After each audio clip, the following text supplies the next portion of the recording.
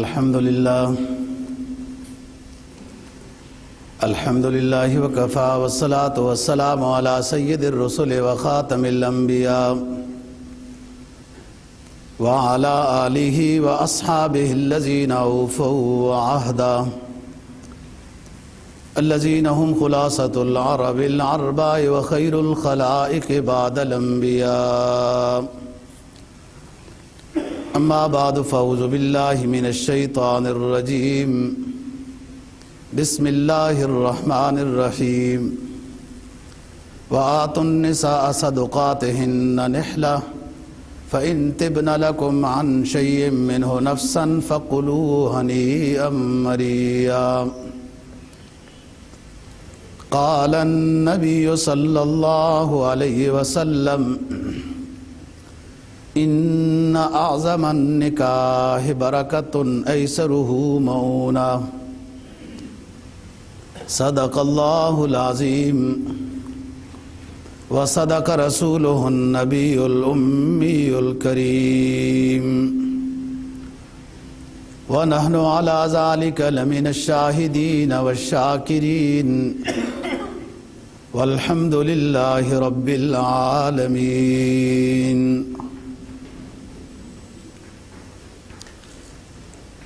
سورہ نساء چوتھے پارے کی ایک آیت کریمہ اور جناب نبی پاک صلی اللہ علیہ وسلم کا ایک فرمان جس کو امام احمد نے روایت کیا ہے، مسند احمد میں آپ کے سامنے تلاوت کیا ہے، جس کا مفہوم یہ ہے مردوں کو خطاب ہے وآتوا النساء صدقاتهن نحلة. مردوں کو خطاب ہے کہ جو مہر نکاح میں طے ہوا ہے وہ طیب خاطر خوشی کے ساتھ تم اپنی بیویوں کو دے دو، ادا کر دو. عملاً ادائیگی کے بعد فَإِن تِبْنَ لَكُمْ عَنْ شَيْءٍ مِّنْهُ نَفْسًا فَكُلُوهُ هَنِيئًا مَرِيئًا. ادائیگی کرنے کے بعد کبھی عورت خوشی کے ساتھ اپنے مہر میں سے کچھ رقم آپ کو دے دیتی ہے تو کوئی حرج کی بات نہیں ہے، وہ تمہارے لیے حلال ہے، کھا پی سکتے ہو. لیکن دو باتیں ہیں اس میں، ایک تو تم مہر کو ادا کر دو، اس کو مالک بنا دو، اس کے قبضے میں ہو جائے، پھر کبھی اس کے بعد خوشی کے ساتھ کچھ آپ کو دے دے تو جائز ہے. ادائیگی سے پہلے ہی معافی شروع ہو جاتی ہے، جو ہم بات کریں گے وہ نہیں ٹھیک. جناب نبی پاک صلی اللہ علیہ وسلم کا جو فرمان تلاوت کیا ہے، آپ نے فرمایا نکاحوں میں سے سب سے عظیم برکت والا نکاح ہے جس میں خرچہ کم سے کم ہو. نکاحوں میں سب سے عظیم برکت والا وہ نکاح ہے کہ جس میں خرچہ کم سے کم ہو، اس میں زیادہ برکت ہے. جس نکاح میں زیادہ خرافات ہوتی ہیں، پیسہ زیادہ اڑایا جاتا ہے، فضول خرچی ہوتی ہے، اس میں برکت نہیں ہوتی، کیونکہ بنیاد میں ہی خلاف شرع کام سرزد ہو جاتے ہیں. پھر ایک ایسے سنت والے کام میں پھر برکت کیسے رہتی ہے؟ تو فرمایا نکاح کرو. نکاح کرنا پیغمبرانہ سنت ہے، لہذا سنت پر عمل کرنے میں ثواب ہے. سنت کو چھوڑ دینے میں بزرگی کیسی ہے؟ میں اس جگہ پہ بات کر رہا تھا گزشتہ جمعے پر کہ جو کام ہے نا جی سنت کا، اس میں ثواب ہوتا ہے. سنت کے کام کو چھوڑ کر ولایت حاصل کرنا، بزرگی حاصل کرنا، یہ کیسے ہو سکتا ہے؟ سنت کے عمل میں بزرگی ہے. لہذا جن لوگوں نے یہ بات کہی کہ نکاح نہ کرنے میں یہ فائدہ ہے کہ بندہ بزرگ بڑا بنتا ہے، نہیں، یہ بات صحیح نہیں ہے. اسلامی تعلیمات کی روشنی میں یہ بات صحیح نہیں ہے۔ شریعت جس کو حکم دے انکحو ما طاب لکم، صیغہ امر ہے، انکحو ما طاب لکم من النساء مثنی و ثلاث و رباع، شادی کرو 2 سے یا 3 سے یا 4 سے، اور اگر نہیں کر سکتے تو اللہ تعدلوا فواحدۃ، ایک سے کرو۔ یہ صیغہ امر ہے، اور صیغہ امر وجوب کے لیے آتا ہے۔ دوسری جگہ امر حکم کو کہتے ہیں نا جی، آرڈر کو۔ دوسرے مقام پہ فرمایا 18ویں پارے میں انکحوا الایام منکم والصالحین من عبادکم ان یکونوا فقراء یغنہم اللہ من فضلہ، نکاح کرو، اپنی غربت کو نہ سوچو، اللہ تمہیں نکاح کی برکت سے مالدار بنا دے گا۔ یہ تو قرآن کی آیات ہیں، اور بھی بہت ساری آیات ہیں، اور حدیث میں اس کو پیغمبرانہ سنت کہا گیا۔ حضرت عثمان بن مظعون، ایک عثمان بن عفان ہیں، وہ خلفائے راشدین میں سے ہیں۔ ایک اور بڑے صحابی ہیں عثمان بن مظعون رضی اللہ تعالیٰ عنہ، کہتے ہیں ہم نے رسول پاک صلی اللہ علیہ وسلم سے یہ اجازت چاہی کہ ہم ایسی کوئی دوائی کھا لیں جس سے شادی کی خواہش ختم ہو جائے، تو آپ نے فرمایا کہ ہرگز نہیں، میری شریعت میں یہ بات جائز نہیں۔ پھر فرمایا من تبتل فلیس منا، جو شخص تبتل اختیار کرتا ہے، شادی سے دوری ہے، صاحب حیثیت صاحب استطاعت، شادی سے دوری اختیار کرتا ہے، نہیں کرتا، فلیس منا، وہ ہمارے گروہ میں سے نہیں ہے۔ تو بعض کتابوں میں جن صوفیاء نے، جن لوگوں نے یہ بات لکھ دی نا جی کہ شادی نہ کرنے میں زیادہ ثواب ہے اور وہ بزرگی حاصل ہوتی ہے، بزرگی سنت کے عمل میں حاصل ہوتی ہے۔ سب سے بڑے پیغمبر تو انبیاء علیہ السلام، سب سے بڑے ولی اللہ کے مقرب تو پیغمبر ہوتے ہیں۔ اگر شادی قرب الہی کے منافی تھی تو پیغمبروں کو کیوں حکم ہوا پھر شادی کرنے کا؟ یہ بات ایسی نہیں ہے۔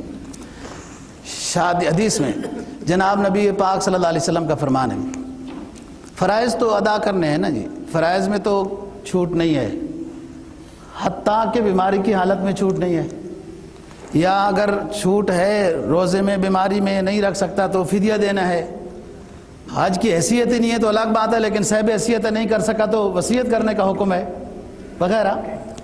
پھر نماز اہم رکن ہے ایمان کے بعد، میدان جہاد میں لڑ رہا ہو تب بھی معاف نہیں ہے۔ فرائض تو نہیں، فرائض تو ادا کرنے ہیں، اس میں کمی نہیں ہونی چاہیے۔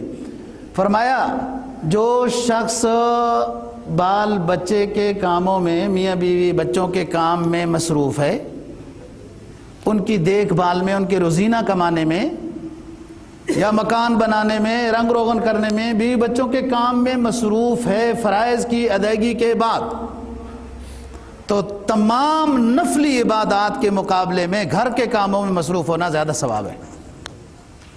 تو بزرگی اس کا نام ہے، بزرگی اس کا نام تو نہیں ہے کہ بس الگ تھلگ ہو جاؤ دنیا سے، کچھ نہ کرو، یہ بزرگی نہیں، یہ تمام کام کرو، اپنا زاویہ نظر درست رکھو، اس میں شریعت کیا کہتی ہے، نیت کیا رکھنی ہے، کون سا کام زیادہ اہم ہے اس کو پہلے کرنا ہے، کون سا کام ہے جس کو چھوڑ سکتا ہے بندہ۔ حدیث میں جناب نبی پاک صلی اللہ علیہ وسلم کا فرمان، جو ہم گزشتہ جمعے کے آخر میں بات ختم کر رہے تھے، لا نکاح الا بولی وشاہد عدل ومہر اقل 10 دراہم، نکاح ولی کے بغیر نہیں ہو سکتا، 2 گواہوں کے بغیر نہیں ہو سکتا، مہر کے بغیر نہیں ہو سکتا، اور لا تنکح الباکرہ حتی تستأذن والسیبہ حتی تتکلم، اور لڑکی کے اذن کے بغیر نکاح نہیں ہو سکتا۔ اگر لڑکی باکرہ ہے اسے اجازت دی جائے، اگر وہ خاموش ہو جائے تو اجازت سمجھی جائے گی، اور اگر وہ عورت سیبہ ہے، پہلے کہیں شادی ہو چکی تھی، طلاق ہو گئی یا شوہر فوت ہو گیا، اس کے دوبارہ شادی ہو رہی ہے، سیبہ جس کو اسلامی شریعت اصطلاح میں کہتے ہیں سیبہ، اس سے بھی اجازت لی جائے گی، لیکن اس کا بولنا ضروری ہے۔ وہ منہ سے کہے جہاں آپ لوگ میرا رشتہ کر رہے ہو ٹھیک ہے یا نہیں ٹھیک۔ جو باکرہ لڑکی ہے جس کی پہلی دفعہ شادی ہو رہی ہے اس سے بھی اجازت لی جائے گی، اور اگر وہ خاموش رہی، شرم و حیا کی وجہ سے کچھ بول نہ سکی، تو اس کی خاموشی اجازت سمجھی جائے گی۔ اگر وہ بول لے اچھی بات ہے، صاف ستھرے الفاظ میں بتا دے، کوئی حرج کی بات نہیں ہے، لیکن بالفرض نہیں بولی، خاموش ہے، جو والدین نے فیصلہ کر لیا ہے وہ ٹھیک ہے۔ دیکھو دونوں باتیں اپنے اپنے مقام پر ہیں۔ ولی کے بغیر نکاح نہیں ہو سکتا، ولی کی ہونا، ولی کی اجازت ضروری ہے۔ ولی باپ ہے، دادا ہے، بھائی ہے، چاچا ہے وغیرہ، وہ ترتیب کے ساتھ۔ حدیث میں فرمایا ایو امرأۃ نکحت بغیر اذن ولیہا فنکاحہا باطل باطل باطل۔ جس عورت نے اپنے ولی کی اجازت کے بغیر شادی کر لی اس کا نکاح نہیں ہوا، نکاح ہوا باطل باطل۔ ہاں من لا ولی لہا فالسلطان ولی لہ، جس شخص کا، جس عورت کا ولی ہی نہیں ہے، ایسے بھی حالات آ سکتے ہیں۔ اسلام اس دین کا نام ہے، اسلام ان اصول اور ضوابط کا نام ہے کہ کسی موڑ پہ ایسا نہیں ہے کہ اسلام کے پاس اس کا حل ہی نہ ہو۔ اسلام ایسا دین ہے، ایسا ہو گیا زلزلہ آیا، اللہ معاف فرمائے، اس طرح چیزیں، والدین فوت ہو گئے، ایسی بچی کا کوئی ولی ہی نہیں ہے۔ تو فرمایا جس کا کوئی ولی نہیں ہے اس کا ولی بادشاہ ہے، اسلامی حکمران ہے، اس علاقے کا قاضی ہے، جو بھی حکومت کا بندہ ہے اس کا ولی ہے، وہ اس کے لیے بہتر فیصلہ کر سکتا ہے کہ کہاں اس کا رشتہ دینا ہے۔ یہ بات تو ہو گئی ولی کے لحاظ سے۔ اب اسی چیز کو لے کے تو لوگوں نے عدالتیں بنا لی ہیں کہ جائیں بچیاں اور جناب قاضی کے سامنے، اور حدیث میں آتا ہے کہ جس کا کوئی ولی نہیں ہے تو اس کا بادشاہ ولی ہے۔ یہ اسی چیز کو لیا گیا ہے۔ یہ ایک سائیڈ ہے شریعت کی، ولی اجازت شادی کرائے گا۔ دوسری سائیڈ شریعت کی کہ خواہ بچی باکرہ ہے یا بالغ سیبہ ہے، ہر حال میں بچی کی اجازت ضروری ہے۔ بچی کی مرضی کے بغیر اگر شادی کرا دی، شادی لٹکی رہے گی، شادی نہیں ہوگی۔ جیسے ولی کی اجازت کے بغیر نکاح باطل ہے، ایسے بچی پر جبر کر کے اس کو نکاح کی طرف لے جانا نکاح نہیں ہوگا۔ نبی پاک صلی اللہ علیہ وسلم کی خدمت میں ایک صحابیہ بچی حاضر ہوئی رضی اللہ عنہ، عرض کہ اللہ کے رسول میرے والد نے شادی کر دی ایک جگہ پہ، میں خوش نہیں ہوں، انا کارہۃ، میں اس کو نامناسب سمجھتی ہوں، پسند نہیں کرتی ہوں۔ کارہہ کا لفظی ترجمہ ہے کہ مجھے پسند نہیں ہے۔ تو آپ نے فرمایا کہ آپ رد کر دو، نکاح نہیں ہوگا، اور والد کو جا کے بتا دو۔ یعنی دونوں پہلوؤں کو ملحوظ رکھنا ہے، ولی کا بھی احترام ہے، وہ رشتہ کرائے۔ آپ دیکھیں حدیث میں جناب نبی پاک صلی اللہ علیہ وسلم کا فرمان ہے، بچہ پیدا ہو گیا، اس کا اچھا نام رکھو، اس کا حقیقہ کرو، فلاں ہے فلاں ہے، اچھی تعلیم دو، جوان ہو جائے تو اس کا نکاح کرو۔ بچہ ہو یا بچی ہو، جوان ہو جائے تو اس کا نکاح کرو۔ یہ آرڈر ولی کو ہے، یہ آرڈر ولی کو ہے، باپ کو ہے۔ باپ نہیں ہے تو دادا کو ہے، چچا کو ہے، ولی کو آرڈر ہے کہ تم نکاح کرو اپنے بچوں کا۔ اور اگلی حدیث جناب نبی پاک صلی اللہ علیہ وسلم کا فرمان ہے، جس شخص نے بلا وجہ اپنے بچوں کی شادی میں تاخیر کی، بچوں کی شادی میں بلا وجہ تاخیر کی، اگر وجہ ہے کوئی مناسب رشتہ نہیں ملا، یا بچہ بچی تعلیم میں تھے، کوئی مجبوری ہے تو معذور ہے، بلا وجہ بچے جوان ہو گئے، ان کی شادی میں تاخیر کی، بچوں سے کوئی گناہ ہو گیا، ان بچوں کو تو گناہ ہو گئی، سزا ہوگی، لیکن اس کا گناہ والدین کو بھی ہوگا جنہوں نے اپنے بچوں کی شادی میں تاخیر کی ہے اور بچے گناہ میں مبتلا ہو گئے۔ تو یہ دونوں پہلو ہیں۔ جس طریقے سے ولی کو حکم ہے شادی کرانے کا، ولی زیادہ بہتر جانتا ہے، باپ سے زیادہ اپنی اولاد کے بارے میں کون مشفق ہو سکتا ہے، کون مہربان ہو سکتا ہے باپ دادا کے علاوہ؟ انسان جو نوجوان ہے وہ اپنی نوجوانی میں سلیقے کا فیصلہ نہیں کر سکتا، جوانی میں جوش غالب ہوتا ہے، حکمت دبی ہوئی ہوتی ہے، جوش غالب ہوتا ہے، رگوں میں گرم خون ہوتا ہے، حکمت دبی ہوئی ہوتی ہے۔ جب نوجوان بچوں کی شادی کا زمانہ آتا ہے تو اس وقت والدین کی کم از کم عمر 50 سال ہوتی ہے، حکمت 40 سال کے بعد جوان ہو جاتی ہے۔ اس لیے تو انبیاء علیہ السلام کو بھی نبوت جی 40 سال کے بعد دی جاتی ہے نا جی، اکثر 40 سال کے بعد دی گئی۔ 40 سال کے بعد حدت، جوش، غصہ، یہ چیزیں کنٹرول میں آ جاتی ہیں، حکمت غالب آ جاتی ہے۔ جب بچے جوان ہوتے ہیں والدین کو شادی کرنی پڑتی ہے، اس وقت کم از کم والدین کی عمر 50 سال ہوتی ہے جو صحیح بہتر فیصلہ کر سکتے ہیں۔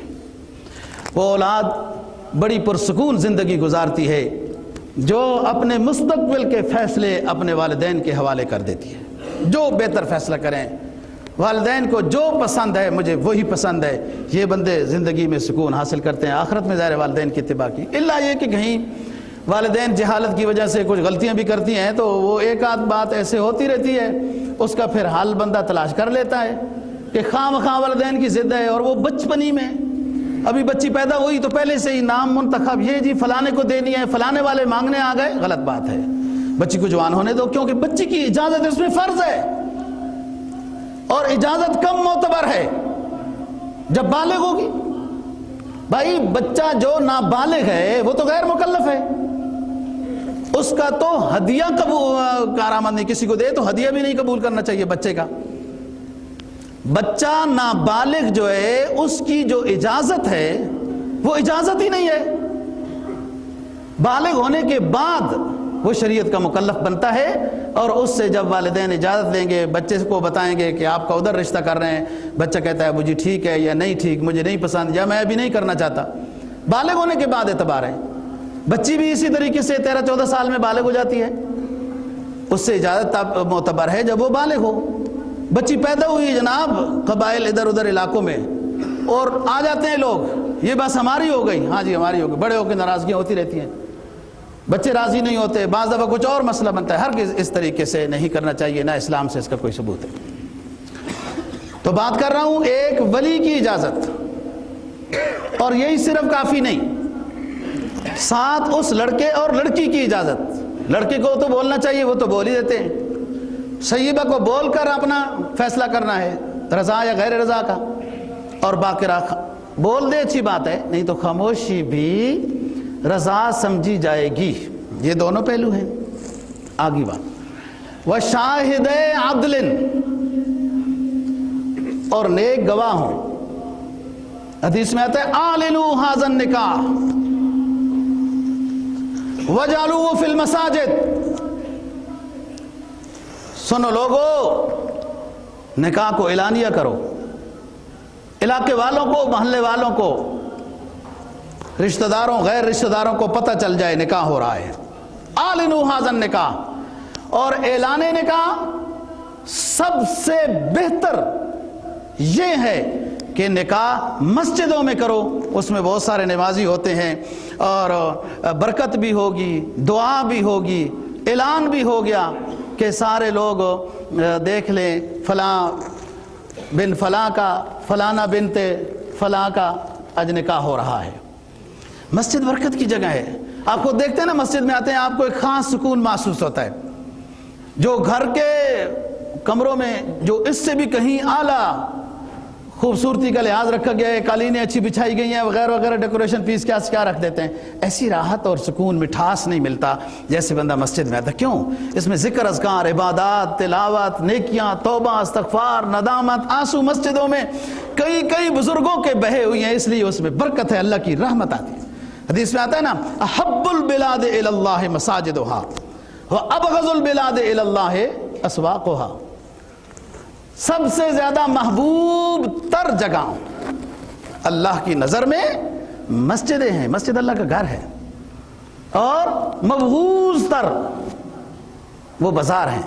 کیوں؟ اس میں گناہ زیادہ ہوتے ہیں، آوازیں کسی جاتی ہیں، گانے بجانے ہوتے ہیں، کیسے لوفر ہوتے ہیں. وہ جیسے گناہ ہوتے ہیں وہ جگہ اتنی بے برکت ہوتی ہے. جگہ ساری ٹھیک ہے، ہمارے گناہوں کی وجہ سے کوئی بے برکت ہو جاتی، کوئی نیکیوں کی وجہ سے بابرکت ہو جاتی ہے. تو اب حب البلاد الی اللہ مساجدها وابغض البلاد الی اللہ اسواقها. ہمیں یاد ہے چھوٹے ہوتے تھے، نماز پڑھ کے باہر نکلتے تھے، لوگ اپنے بیمار بچے کو نا جی باہر لیٹ کے کھڑے ہوتے تھے، نمازیوں سے کہتے اس پر پھونک مار دیں، اس پر پھونک مار دیں. وہ بھی سمجھتے تھے ان پڑھ کہ نماز پڑھنے سے گناہ معاف ہو جاتے ہیں. جب ہمارے بیمار بچے پر یہ پھونک مارے گا تو اللہ اس کی برکت سے شفا عطا فرمائے. تو یہ مسجدوں میں نکاح سے برکت ہے. فرمایا اجعلوا ھذا النکاح اعلنوا ھذا النکاح وجعلوه فی المساجد. مسجدوں میں نکاح پڑھاؤ، بے شک اس کے بعد دعوت جہاں مرضی کرو، خیر و برکت ہے اس میں. اور ہر کوئی چاہتا ہے میں بیٹی دے رہا ہوں، مستقبل کے لحاظ سے میری بیٹی خوش رہے، پرسکون ہو، محبت کے ساتھ رہے. لڑکے والے بھی یہی چاہتے ہیں، نکاح کر رہے ہیں، نئے لوگوں کے ساتھ واسطہ پڑا ہے، اللہ کرے ان کے اندر محبت ہو، اتفاق سے رہیں. تو یہ محبت اور اتفاق آپس میں جوڑنا، یہ برکت کس نے عطا کرنی ہے؟ حدیث میں جناب نبی پاک صلی اللہ علیہ وسلم کا فرمان ہے، جب تمہیں پتہ چلے کہ ان دو کا آپس میں نکاح ہوا تو آپ لوگ دعا کرو، اللہ تعالیٰ تمہیں اتفاق عطا فرمائے، برکت عطا فرمائے، صحیح رہنا نصیب فرمائے، ایک دوسرے کے آپس میں حق حقوق ادائیگی کی توفیق عطا فرمائے، اللہ برکت نصیب فرمائے. برکت اللہ عطا کرتے ہیں اللہ کی مرضیات کے مطابق. اللہ کی مرضیات کے مطابق جب کام کیا جائے تو پھر اللہ تعالیٰ کی طرف سے برکت نازل ہوتی ہے. اللہ کی مرضیات کے خلاف اگر کام ہو، برکت کی دعا ہو، تو کیسے ہو سکتا ہے؟ اللہ کو ناراض کیا ہوا ہے؟ اسلام میں سب سے آسان تر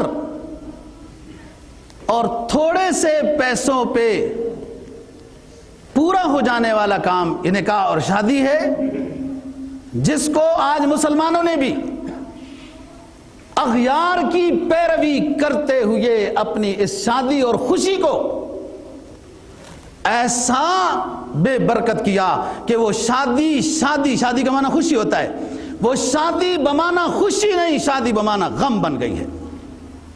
اسلامی تعلیمات پر کافر عمل کریں گے؟ وہ تو اسلام کو مانتے نہیں ہیں، انہوں نے ایمان ہی نہیں لایا.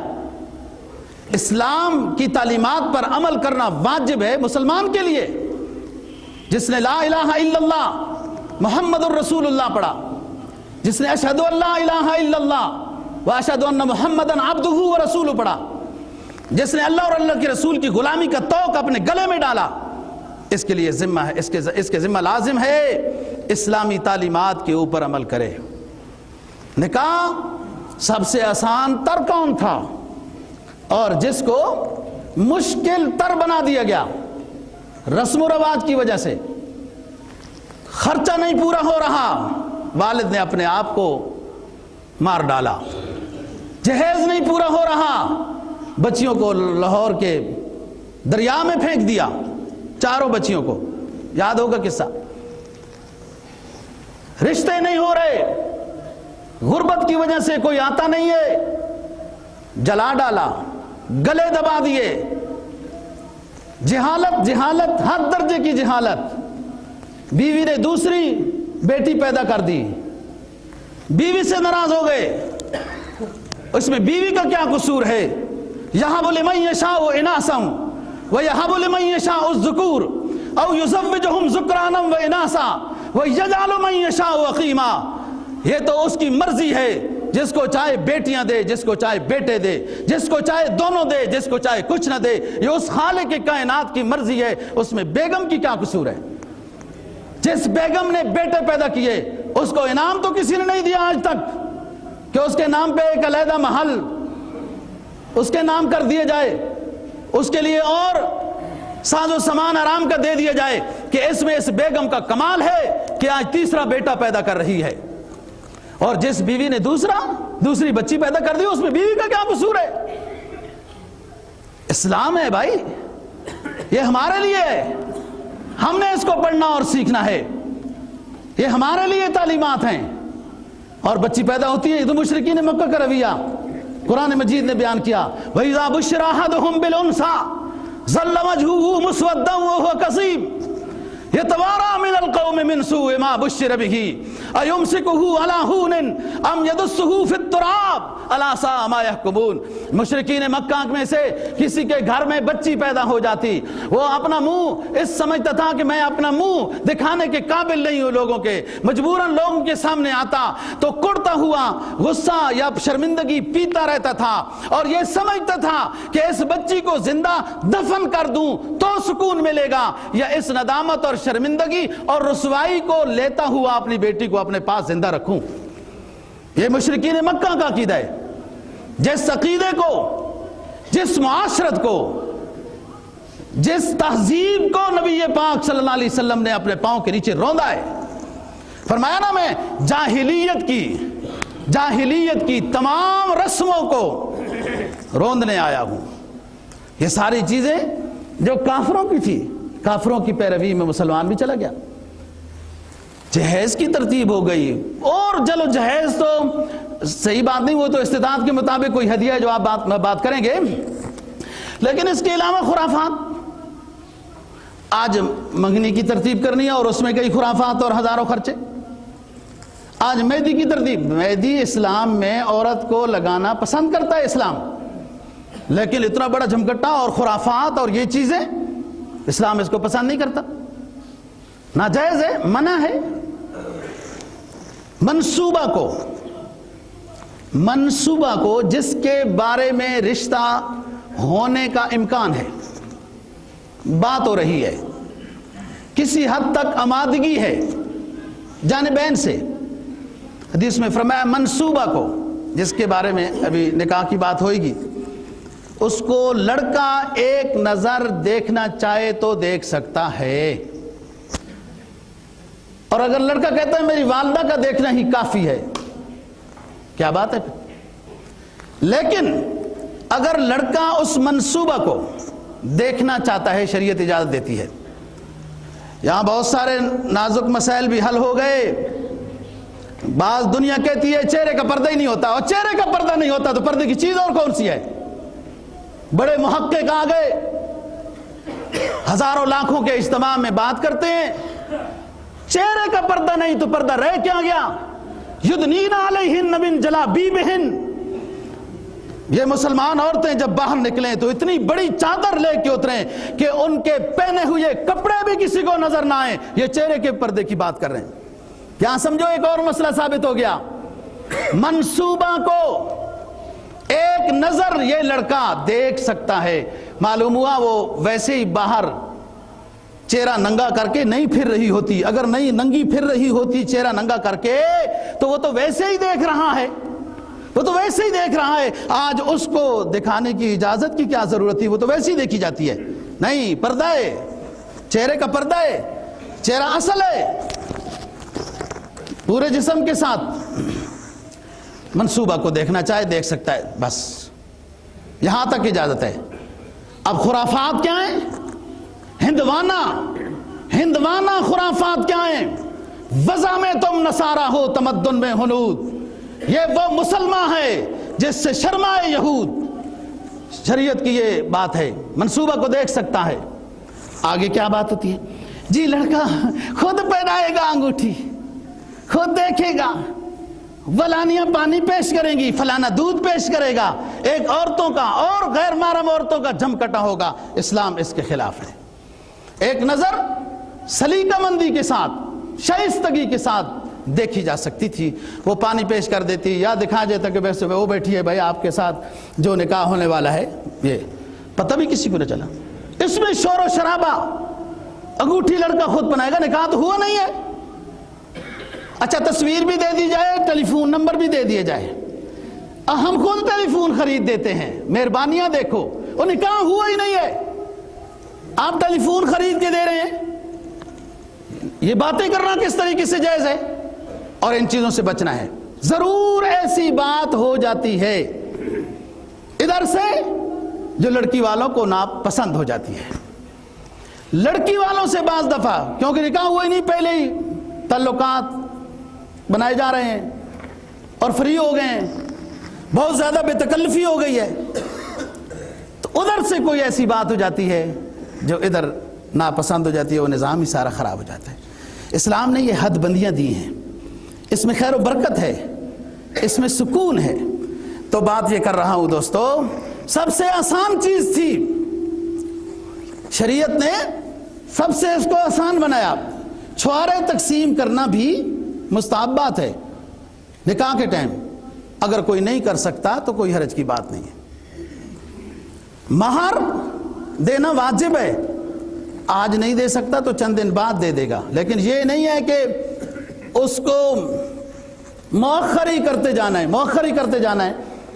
اور یہ خیال رکھنا ہے، یہ کوشش کرنی ہے، یہ ترغیب دینی ہے، کبھی ڈرانا بھی ہے، کبھی تانے بھی دینے ہیں، کبھی دھمکی بھی دینی ہے۔ وہ ہمارے خاندان کی تو فلانی عورتوں نے معاف کر دیا تھا، فلانی عورتوں نے معاف کر دیا تھا، نام تک نہیں لیا تھا، یہ غلط بات ہے جی۔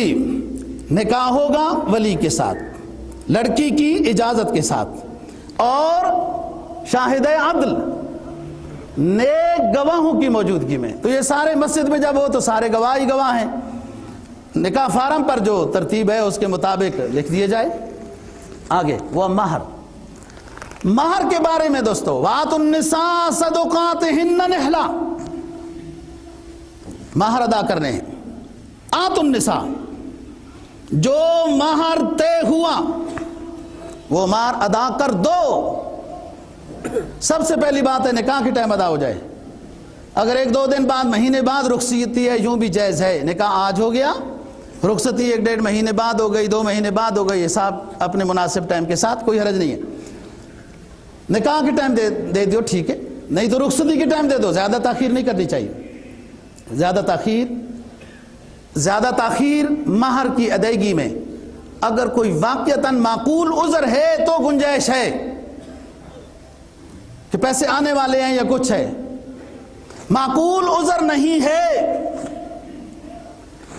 مہر کی ادائیگی میں سستی کر رہا ہے، جناب نبی پاک صلی اللہ علیہ وسلم کا فرمان ہے، یہ خائن ہے، یہ چور ہے، یہ مقروض ہے، اور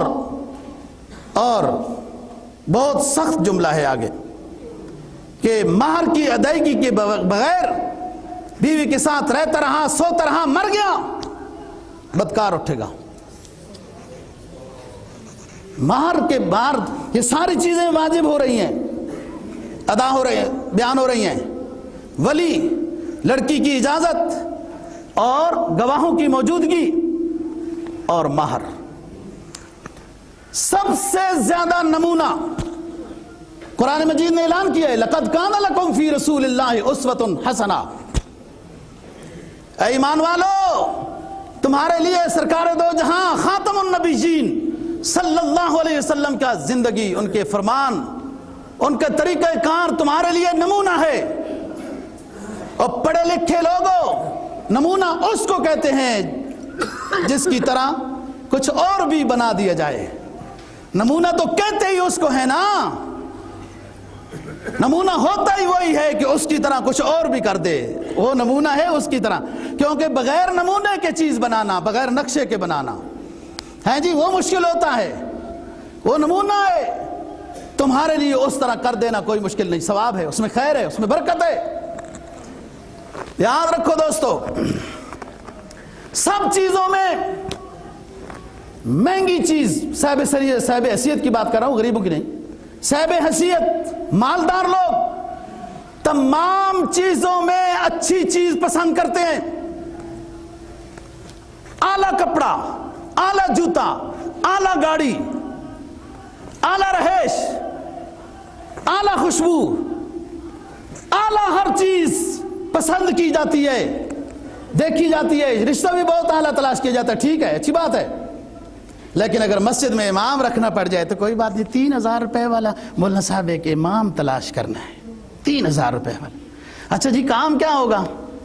کام یہ ہوگا وہ مسجد میں پوری ڈیوٹی دے گا، کسی وقت بھی جنازہ ہو سکتا ہے، محلے کے بچوں کو بھی پڑھائے گا، اذان بھی دے لے گا، درس بھی دے دے ایک ٹائم. اچھا ہوتا ہے، دین کی تبلیغ ہے نا جی، اشاعت دین ہے، درس بھی دے دے اور جمعہ بھی پڑھائے ہیں جی.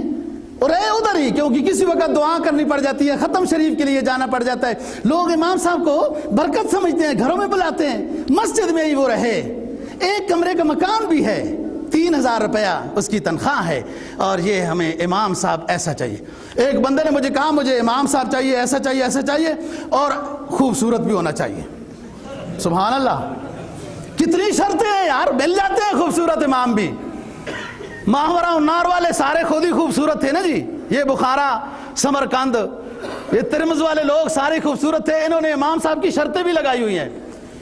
امام کی قرات اچھی ہو، علم اچھا ہو، ہیں جی، امام کی قرات اچھی ہو، علم اچھا ہو، تقوی اعلیٰ ہو، خوبصورت بھی ہو، اور بہتر ہے اگر بیویاں بھی 2 ہوں تو کم از کم، کیونکہ وہ جتنا بیویاں زیادہ ہوگی وہ اتنا مسکین ہوگا. پتہ نہیں سمجھے ہو یا نہیں سمجھے؟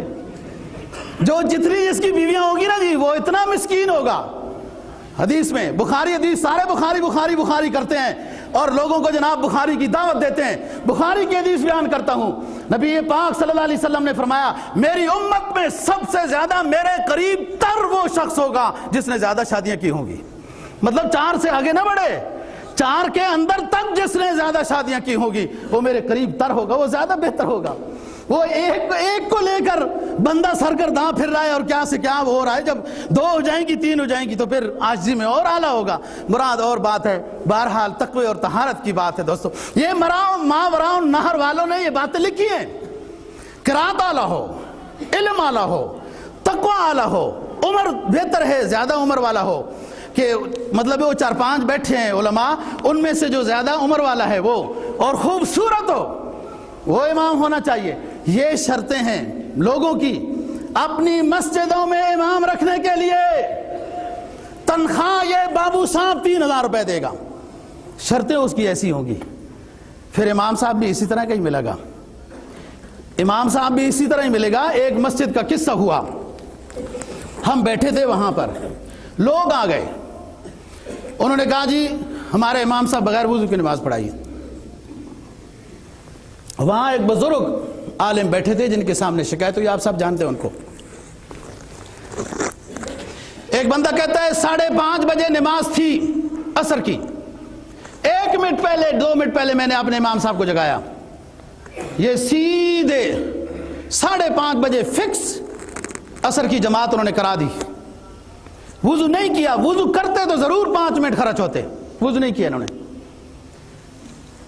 اس بزرگ عالم نے کہا امام صاحب، حافظ صاحب، آپ نے بغیر وضو کی نماز پڑھائی. کہا استاد جی نماز تو بغیر وضو کے پڑھائی ہے، لیکن یہ ہر روز ٹیر ٹیر ٹیر ٹیر ٹپ ٹپ ٹپ ٹپ ٹیر ٹیر چیر چیر کرتے ہیں کہ امام صاحب دیر سے نماز پڑھائی، 2 منٹ آج دیر سے نماز پڑھائی، آج 5 منٹ دیر سے نماز پڑھائی. میں نے نماز تو بر وقت پڑھائی ہے، بے شک بغیر وضو کے پڑھائی ہے. مقتدیوں کو تو خوش کر دیا نا، نماز تو ٹائم پر پڑھائی ہے.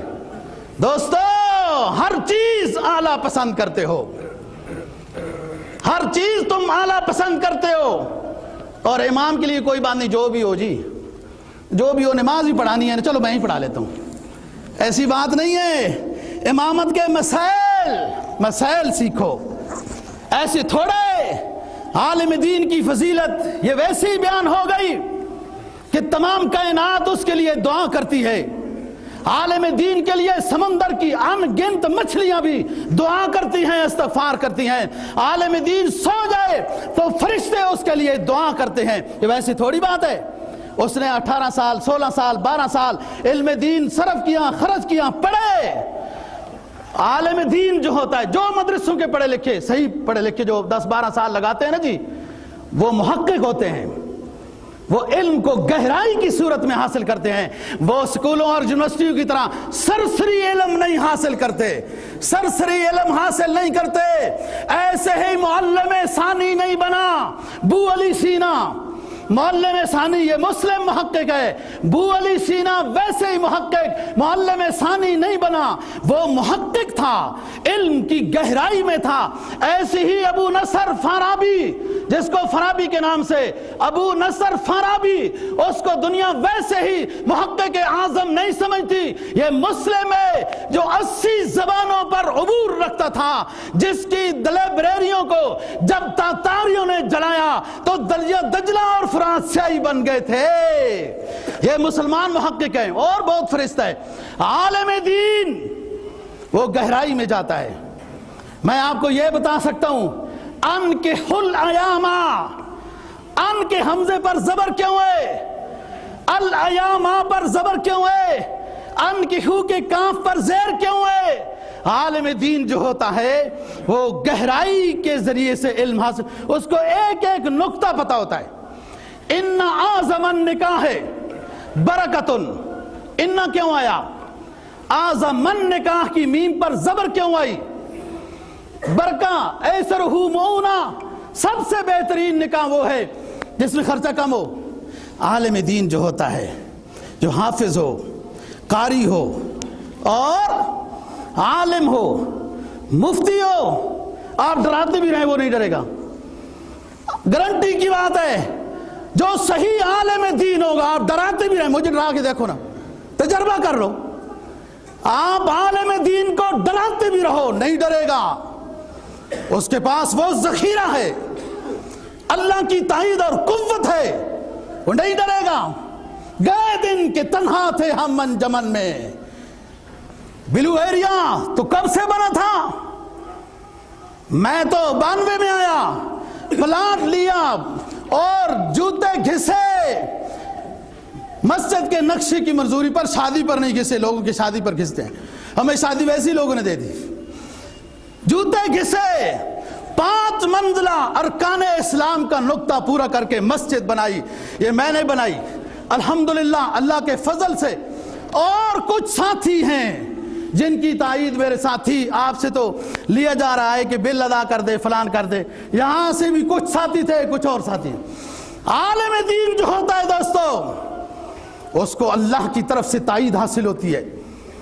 لیکن اگر آپ مسجدوں مدرسوں میں، اپنے مسجدوں میں، اپنے محلوں میں عالم دین یوں رکھیں تو وہ ضرور ہو سکتا ہے وہ حافظ ہی نہ ہو۔ جو آپ کو 3، 5، 7 ہزار میں عالم ملا دوستو، وہ ہو سکتا ہے حافظ ہی نہ ہو۔ وہ مسئلے کیسے بتائے گا؟ ہرگز ایسا نہ کرو۔ اور پھر ایک اور بات یاد رکھو، ظاہر ہے کہ گئے دن مغلیہ خاندان کی حکومت ختم، بنو امیہ کی ختم، بنو عباس کی ختم، خلفائے راشدین کی ختم۔ تنخواہیں تو حکومت نہیں دیتی علماء کو، 2-4 مسجدوں کو جو دی ہے بس اسی پر اتفاق ہے، تنخواہیں تو محلے والے ہی پوری کرتے ہیں۔ ہرگز یہ دل میں نہیں آنا چاہیے ہمارا امام صاحب ہماری مرضی کے مطابق بولے، تنخواہ جو ہم دیتے ہیں، ہرگز نہیں، اس کو آزاد چھوڑیں، امام صاحب کو حوصلہ دیں، مولانا صاحب جو قرآن حدیث کی بات ہے دل کھول کے بولیں، اور دعا ہم کرتے ہیں آپ بھی کریں، اللہ ہمیں توفیق کی، عمل کی توفیق نصیب فرمائے۔ جب تک کمزوری ہے استغفار کرتے رہیں، لیکن ایک حق بیان کرنے والے کا منہ تو بند نہ کرو، وہ حق تو بیان کرتا رہے۔ میں ایک نکاح میں تھا، بہرحال انہیں نہیں پتہ تھا، تو امام صاحب محلے کے نکاح والے جو ہوتے ہیں وہ اس علاقے کے لوگ سارے جمع تھے، مہر کی بات آ گئی جو ابھی کرنی ہے، گواہ بھی آ گئے، ولی کی بات بھی آ گئی، لڑکی کی اجازت بھی آ گئی، اور ان رسومات سے بچنا ہے، اجمیدی کی رسم، فلانی رسم، اور اس میں خرافات، ان چیزوں پیسے ضائع کرنا ہے، فضول بات ہے، اللہ بھی ناراض، اللہ کا رسول بھی ناراض، خلاف سنت کام ہے ہو رہے سارے، سنت کے مطابق ہو، برکت ہے اس میں۔ نکاح میں تھا، بات چیت ہو گئی، گواہ فلانے، یہ جی مار کیا ہونا چاہیے؟ امام صاحب مارے فاطمی ہونا چاہیے جی رضی اللہ عنہ۔ یہ امام صاحب ہیں جو آپ لوگ ڈھونڈتے ہیں نا کہ شرط یہ ہو یہ ہو یہ ہو، تنخواہ بھی 3000 روپے ہو جی، تو وہ امام صاحب پھر اس طرح ہی ہوتے ہیں، ظاہر ہے وہ وہ حافظ صاحب بھی نہیں ہے وغیرہ. امام صاحب کہتے ہیں ہاں جی نکاح فاطمی تو پھر 3 روپے ہے, مارے فاطمی تو پھر 3 روپے ہے. اس بندے نے کہا 3 روپے ہی رکھ دو. میں سوچتا رہا میں اب کیا کروں, بہت بڑی جہالت ہے اور مختلف طرح کے ذہن ہیں, مختلف طرح کی باتیں ہیں, کیا کریں گے, کیسے سمجھائیں گے. بہرحال میں اندر سے دعا میں لگا, اللہ ہمت عطا فرما فتنہ نہ بن جائے.